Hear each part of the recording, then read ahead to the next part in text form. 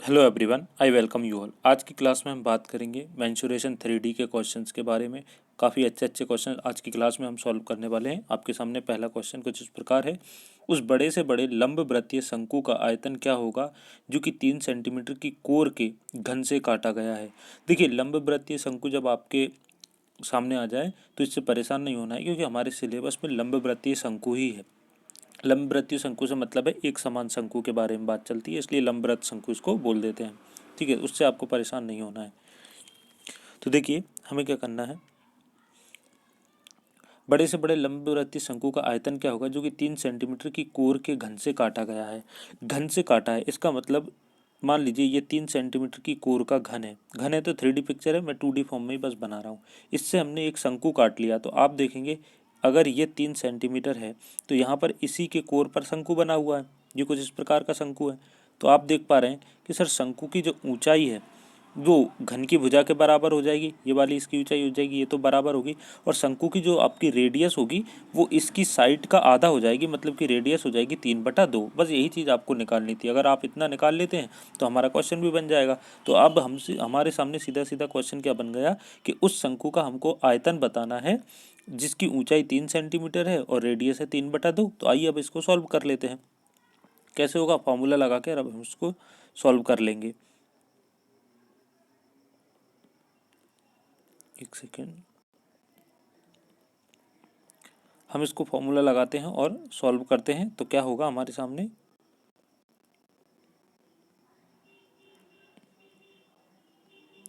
आ चुका है 3 और 3/2। तो हम क्या करेंगे, शंकु का आयतन क्या होता है, आप कहेंगे 1/3 पाई आर स्क्वायर एच। ये हमारा हो जाएगा 1/3 पाई। तो देखिए पाई तो सब में ही है, 1/3 पाई को अलग रखेंगे। आर की वैल्यू थी 3/2। 3/2 का मतलब है 1/3 पाई अपनी जगह पर है। 3/2 का मतलब है 3/2 गुणे में 3/2 आर की जगह पर। और एच की वैल्यू 3 थी, रख देंगे। 3 से 3 कट जाएगा, ये 3 × 3 = 9 हो जाएगा। 9/4 पाई, ये हमारा करेक्ट आंसर हो जाएगा, ऑप्शन नंबर सी। उम्मीद करता हूँ आप इस बात को समझ गए होंगे, ज़्यादा डिफिकल्ट नहीं था ये। आगे बढ़ते हैं अब हम। अगला क्वेश्चन हमारे सामने है,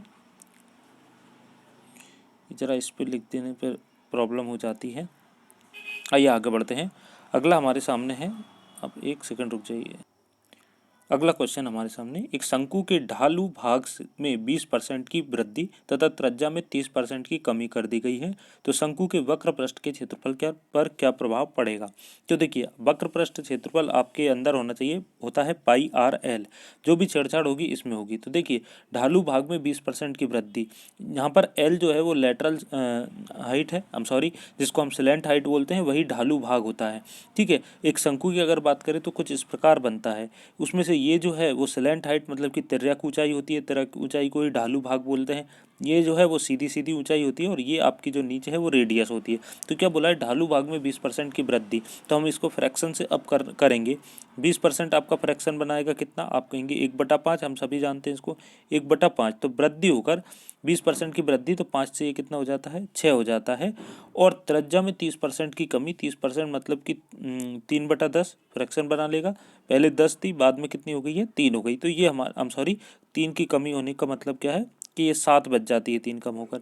तो पहले अगर हम बात करें पाई आर एल की, तो देखिए जो कांस्टेंट वैल्यू है, पाई तो दोनों में रहेगा, बाद में भी पाई आर एल रहेगा। तो पहले जो थी त्रिज्या 5 थी, बाद में बढ़ाकर 6 कर दी। सॉरी, त्रिज्या नहीं, ढालू भाग की जो लंबाई थी 5 थी, बाद में 6 हो गई है। और त्रिज्या में 30% की कमी, पहले 10 थी तो बाद में कितनी हो गई, 7 हो गई।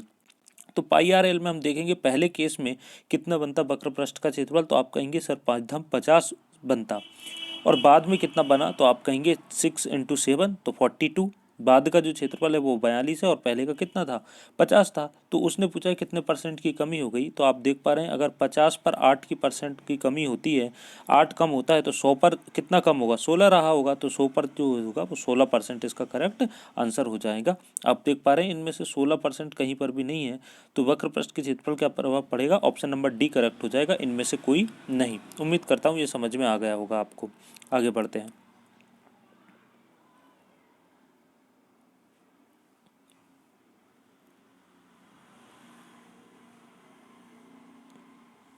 आगे बढ़ते हैं। अगला क्वेश्चन हमारे सामने, एक शंकु की त्रिज्या में 10% की वृद्धि तथा ऊंचाई में 20% की कमी कर दी गई है। त्रिज्या में अब हमसे पूछा गया शंकु का आयतन। तो पहले आयतन क्या होता है, आप कहेंगे 1/3 pi R square H. Pi R square H, ये हमारा आयतन होगा। शंकु की त्रिज्या में 10% की वृद्धि, 10% फ्रैक्शन बनाएगा आपका कितना, 1/10, तो 10% की वृद्धि, तो पहले त्रिज्या 10 थी, बाद में कितनी हो गई है, 11 हो गई है। आगे क्या हुआ, और ऊंचाई में 20% की कमी, 20% आपका 1/5 बनाएगा, तो पहले 5 थी और बाद में कितनी हो गई है, आप कहेंगे 4 हो गई है ऊंचाई। तो आयतन पूछा है हमें, तो दोनों ही केस में हम रख कर देख लेते हैं। तो देखिए पहले केस में 1/3 पाई आर स्क्वायर, तो हमने क्या कहा, कांस्टेंट पार्ट को छोड़ते चलेंगे, 1/3 पाई को छोड़ दीजिए आप, आर स्क्वायर एच में करके देख लीजिए। तो आर क्या है यहाँ पर, पहले केस में 10, 10 का स्क्वायर कितना होगा 100, और इंटू एच मतलब कि 500। पहले केस में आयतन जो आएगा वो कितना आएगा, 500। दूसरे केस में जो आयतन बना वो कितना बना, 11 का स्क्वायर 121, क्योंकि आर स्क्वायर एच है ना, 121 गुणे में 4, तो कितना हो जाएगा ये, 121 गुणे में जब 4 आप करेंगे तो ये हो जाएगा 484, ये हमारा हो जाएगा। तो उनने पूछा है कितने परसेंट की, पूछा क्या है हमसे, आयतन पर क्या प्रभाव पड़ेगा, कितना परसेंट का प्रभाव पड़ेगा। तो आप देख पा रहे हैं कि पहले आयतन 500 था, अब बचा है 16, कम हो गया आयतन, तो परसेंटेज के फॉर्म में हम इसको निकाल लेंगे। आप कहेंगे 16 कम हो गया है, 16 कम हो गया है 500 पर, तो परसेंटेज के फॉर्म में जब आप करेंगे इसको, ये कट जाएगा 0 से, ये 3.2 हो जाएगा आपका। तो this is the correct answer, 3/2, 3.2% की क्या आ जाएगी, कमी आ जाएगी। उम्मीद करता हूँ इस बात को आप समझ गए होंगे।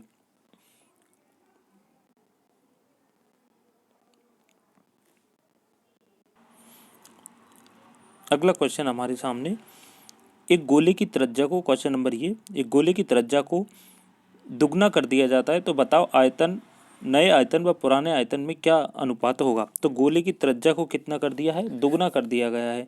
तो देखिए पहले आयतन, आयतन क्या होता है गोले का, 4/3 पाई आर क्यूब।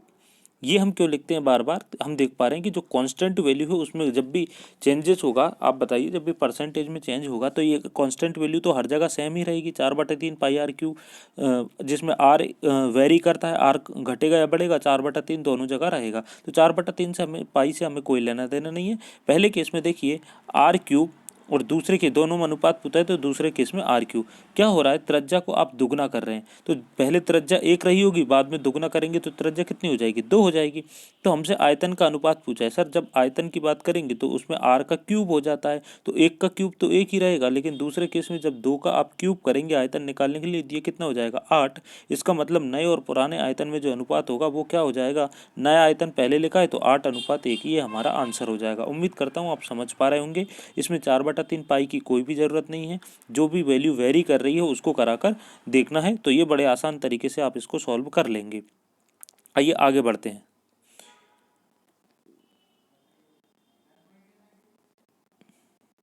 अगला क्वेश्चन हमारे सामने जो है वो रहेगा क्वेश्चन नंबर 33। क्वेश्चन नंबर 33 देखिए, काफ़ी अच्छा क्वेश्चन है। 8 सेंटीमीटर त्रिज्या वाले आधार तथा 8 सेंटीमीटर ऊंचाई वाले 5 शंकु तथा 5 बेलन हैं। इन्हें पिघलाकर उनमें से बनने वाले 8 त्रिज्या के गोलों की संख्या कितनी है। इस क्वेश्चन को हम देख लेते हैं। क्वेश्चन को मैंने छोटा कर दिया है। देखिए 8 सेंटीमीटर त्रिज्या वाले आधार और 8 सेंटीमीटर ही इसकी ऊंचाई है, मतलब कि ऊंचाई और त्रिज्या जो है वो बराबर है। 5 शंकु है और 5 बेलन है। जब हम इनको पिघलाते हैं तो आपने देखा है जब भी हम किसी भी चीज़ को पिघलाते हैं उस केस में आयतन को बराबर रखते हैं। तो 5 गोले, 5 शंकु और 5 बेलन को हम एक साथ रख देंगे और इन्हें पिघलाकर हम क्या बना लेंगे, त्रिज्या। अब उनके त्रिज्या की भी जो गोले बनाएंगे उनकी त्रिज्या भी 8 सेंटीमीटर ही रहेगी। तो हमसे गोलों की संख्या पूछी है, तो देखिए सबसे पहले तो हम क्या करेंगे, 5 शंकु का आयतन क्या होगा, एक शंकु का आयतन होता है 1/3 पाई आर स्क्वायर एच, और एक बेलन का आयतन क्या होता है, तो आप कहेंगे पाई आर स्क्वायर एच।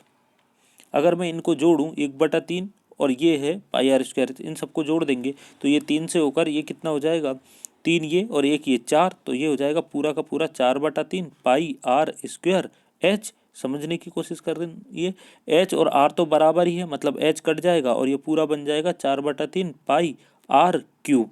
ये कितना, एक शंकु और एक बेलन, इनका मिलाकर आयतन आ जाएगा। लेकिन हमारे पास 5 शंकु और 5 बेलन है, ये एक शंकु और एक बेलन का आयतन आ गया, तो इसमें 5 का गुणा कर दूंगा तो 5 शंकु और 5 बेलन का आयतन बन जाएगा ये। आइए आगे बढ़ते हैं। तो हमने क्या किया, 4/3 में 5 का गुणा कर दिया, तो ये हो गया 20/3 पाई आर क्यूब। ये पूरा का पूरा हमारा पिघलाने के बाद आयतन बन जाएगा। इससे हमें क्या बनाना है, गोला बना दिया है। तो हमसे क्या पूछा गया है कि एक जो गोला बनाया है उस गोले की हमसे शायद रेडियस पूछी गई है। गोला उन्हें पिघलाकर उनमें से बनने वाले आर त्रिज्या के गोलों की संख्या, मतलब कि त्रिज्या जो गोला बना रहा है उसकी त्रिज्या भी क्या है, आर ही है, तो संख्या हमें बतानी है। तो देखिए एन संख्या मान ली हमने, एन गोले बनेंगे। एक गोले का आयतन क्या होता है, तो आप कहेंगे 4/3 पाई आर क्यूब, ये एक गोले का आयतन होता है। हमसे कितने गोले बनेंगे, एन गोले। तो यहाँ पर आर दोनों केस में आर बराबर है, तो आर से आर कट जाएगा, पाई से यहाँ पर हम पाई को काट देंगे, 3 से ये 3 कैंसिल हो जाएगा, 4 से ये 20 जो है वो 5 बार कैंसिल होगा। तो एन की वैल्यू जो है गोलों की संख्या कितनी हो जाएगी, 5 हो जाएगी। यही हमारा इस सवाल का उत्तर है। उम्मीद करता हूँ ये बात आपको समझ में आ गई होगी। मैंने क्या किया, मैंने किया है कि एक गोले, यहाँ पर मैंने क्या किया है कि एक बेलन और एक गोले, ये यहाँ पर एक शंकु और एक बेलन के आयतन को जोड़ा है। एक शंकु और एक बेलन का आयतन इतना आ गया, लेकिन मेरे पास 5 शंकु और 5 बेलन है, तो मैंने 5 का गुणा किया, 5 का गुणा करने पर ये टोटल आयतन बन गया। अब मैंने नया अगर गोले बना रहा हूँ, मैं दूसरे गोले बना रहा हूँ, तो इन दोनों का आयतन बराबर रहा होगा, तो मैंने n नंबर ऑफ गोले मान लिए और दोनों के आयतनों को क्या कर दिया, बराबर रख दिया। इस केस में भी रेडियस जो है दोनों की बराबर है, तो दोनों r से r कट जाएगा, और कट करने के बाद जो भी n की वैल्यू होगी वही मेरी गोलों की क्या हो जाएगी, संख्या हो जाएगी। उम्मीद करता हूँ इस बात को आप समझ गए होंगे। अब अगला सवाल, क्वेश्चन नंबर 34। 8 सेंटीमीटर ऊंचाई तथा 7 सेंटीमीटर आधार त्रिज्या वाले एक खोखले लंब वृत्तीय बेलन को एक आयत के रूप में खोला जाता है। इस आयत की लंबाई व चौड़ाई क्रमशः है। तो पहले तो आपको समझना होगा कि जब हम आयत से जब हम बनाते हैं, देखिए ये आपके सामने मैं आयत का फिगर ले लेता हूँ कि जब हम एक आयत से क्या बनाएंगे, आयत से अब हम बनाने जा रहे हैं बेलन, और यहाँ से अब बेलन से आयत की बनाने की बात की तो पहले हमको समझना होगा। तो मान लीजिए ये आयत की लंबाई है और ये उसकी क्या है, चौड़ाई है। तो जब आप इसको बेलन बनाओगे तो इसका मतलब क्या है कि ये इस लंबाई को उठाकर आप इस साइड चिपका दोगे, मतलब इसको गोल उठाकर घुमा दोगे ऐसा। तो ये जो पूरी की पूरी लंबाई है वो सर्कल के फॉर्म में, मान लीजिए आप ये एल है, इस एल को उठाकर मैं ऐसा घुमा दूंगा तो ये एल पूरा सर्कल बन जाएगा, और जो बी है उसके साथ घूमती चली जाएगी, मतलब बी जो है वो ऊंचाई बन जाएगा। ऊपर वाला एल भी ऐसे ही मुड़ जाएगा इस प्रकार, और बी जो है वो उठकर इधर से उठकर यहाँ लगेगा, मतलब बी जो है ऊंचाई बन जाएगी। कहने का मतलब ये है कि जब आप किसी आयताकार शीट या किसी भी आयताकार फिगर को बेलन बनाते हैं तो उस केस में उसकी लंबाई जो है वो बेलन के क्या बन जाता है, परिमाप बन जाता है। बेलन का लंबाई जो है वो हमेशा क्या बनेगी, परिमाप बनेगी, और चौड़ाई जो है वो हमेशा ऊंचाई बन जाएगी। बस इतनी बात को आप याद रखेंगे। तो आइए, अगर आपको ये कॉन्सेप्ट समझ में आ गया तो हम क्वेश्चन को भी कर लेंगे। हमसे क्या बोला गया है, हमसे बोला गया है कि हमारा जो है ऊंचाई जो है 8 सेंटीमीटर है और आधार की त्रिज्या जो है वो कितनी है, एक खोखले बेलन ऊंचाई कितनी है उसकी 8 सेंटीमीटर है। तो ऊंचाई तो सीधा सीधा चौड़ाई बन जाएगी, ये हम जान पा रहे हैं, क्योंकि चौड़ाई उस केस में चौड़ाई ऊंचाई बनती है, इसका मतलब ऊंचाई चौड़ाई बन जाएगी। अब जो आधार की त्रिज्या है वो कितनी है, 7 सेंटीमीटर है। आधार की त्रिज्या, अगर बेलन के आधार की त्रिज्या 7 सेंटीमीटर है, इसका मतलब इसका परिमाप क्या होगा, आप कहेंगे 2πr। 2πr किसका परिमाप, उसके आधार का परिमाप। तो 2πr में पाई आर की जो वैल्यू है वो 7 है, तो पाई की वैल्यू रख दूंगा 22/7, 7 से 7 कट जाएगा, मतलब कि इसका जो परिमाप है वो आ जाएगा 44 सेंटीमीटर। तो हमने कहा लंबाई परिमाप बन जाती है, इसका मतलब ये जो 44 पहले उसकी क्या रही होगी, लंबाई रही होगी। मैंने अभी आपको फिगर बनाकर बताया था। इस केस में हम इस तरीके की बात कर रहे थे कि ये जो लंबाई थी वही तो यहाँ पर जो लंबाई रही होगी पहले, ये वाली जो लंबाई है, यही तो परिमाप बनी थी। परिमाप 44 है, इसका मतलब लंबाई 44 थी, और ऊंचाई जो है वो 8 है, इसका मतलब चौड़ाई 8 थी। तो 8 और 44 हमारा सही उत्तर हो जाएगा इस सवाल का। उम्मीद करता हूँ ये बात आपको समझ में आई होगी कि मैं क्या बोलना चाह रहा हूँ, इसलिए मैंने आपको इसको फिगर से भी समझाया है। आइए अगले सवाल की तरफ आगे बढ़ते हैं, बिल्कुल भी आपका टाइम वेस्ट नहीं करूँगा।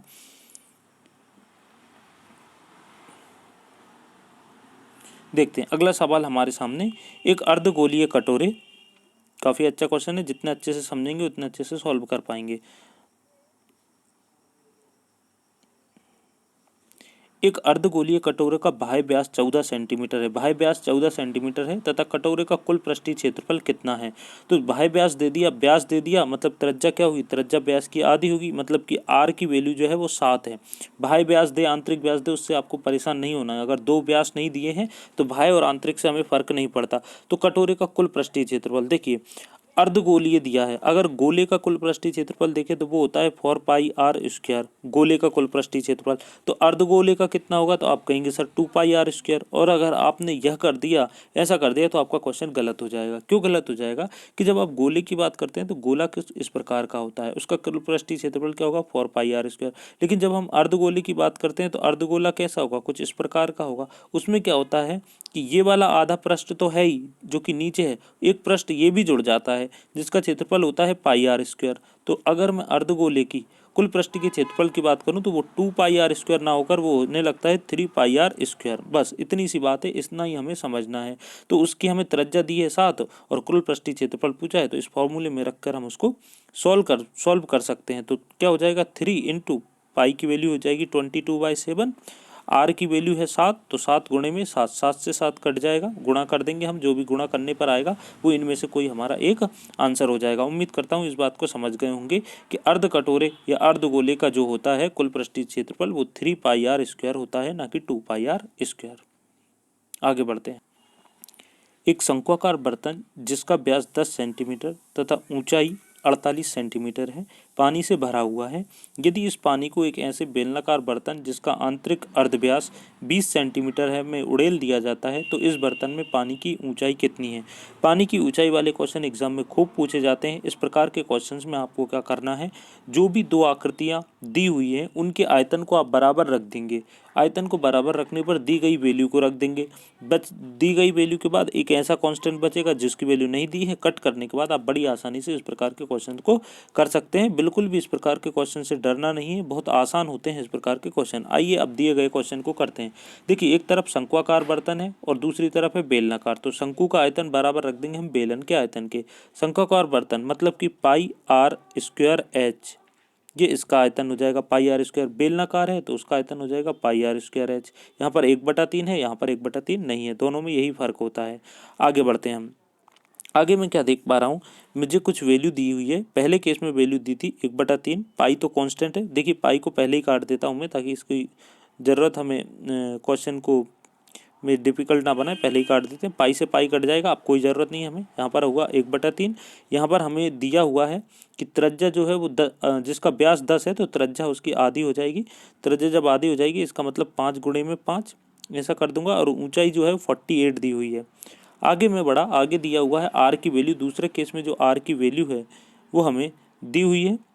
बर्तन में पानी की ऊंचाई पूछी है, अर्धव्यास 20 सेंटीमीटर दिया है। अर्धव्यास मतलब त्रिज्या अर्धव्यास ही होती है, 20 दिया है तो 20 इंटू 20, और ऊंचाई पूछी है गुणे में h। कट कर लेते हैं, बस वही हमारा आंसर हो जाएगा।